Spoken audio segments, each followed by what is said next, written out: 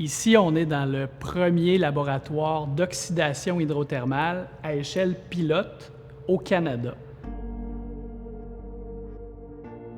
C'est le fruit de 7 années de persévérance, de travail d'équipe. Et puis vraiment, on croit beaucoup en cette technologie propre-là pour aider nos entreprises québécoises et canadiennes. C'est grâce à un financement de la Fondation canadienne pour l'innovation, du ministère de l'Enseignement supérieur et de Desjardins qu'on a pu se doter de cette infrastructure pilote unique au Canada. On a vu émerger la technologie en Europe et puis on avait le sentiment que ça pouvait combler un besoin au Québec. L'oxydation hydrothermale, c'est une technologie qui permet de décomposer les matières organiques, détruire les polluants, tout en produisant de l'énergie. Puis l'originalité, c'est que tout ça se passe dans l'eau, sans aucune flamme, puis sans émettre de fumée. C'est vraiment un procédé propre si on compare à d'autres technologies existantes. Un autre avantage de l'oxydation hydrothermale par rapport à la combustion habituelle, c'est qu'il n'y a pas de polluants qui sont formés, contrairement à la combustion et l'incinération. Chez BMA, on connaît bien la combustion et le CTTI connaît très bien l'oxydation hydrothermale.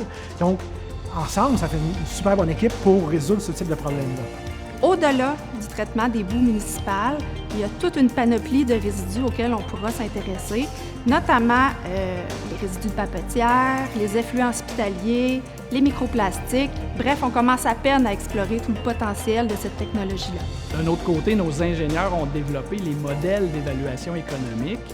Puis à partir de là, on a constaté que c'était rentable aussi, la technologie. Donc, pour la plupart des cas qu'on étudie, un traitement par oxydation hydrothermale est moins cher que l'enfouissement. Donc, c'est vraiment gagnant-gagnant.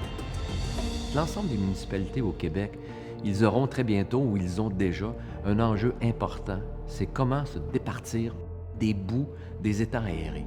On est très fiers aujourd'hui d'avoir atteint des résultats, puis de faire en sorte que cette évolution-là de projet, mais c'est pas pour dans 20 ans, c'est pour très bientôt. Alors, je pense que ça sera une clé, une option importante, économique et écologique à appliquer dans l'ensemble des municipalités du Québec. Nous, chez SSA, notre mission, c'est d'accompagner les établissements de santé et de services sociaux dans leur démarche de santé environnementale, développement durable.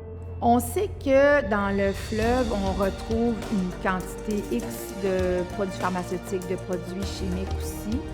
On doit s'assurer de bien traiter ces molécules-là pharmaceutiques, de ne pas les rejeter dans l'eau.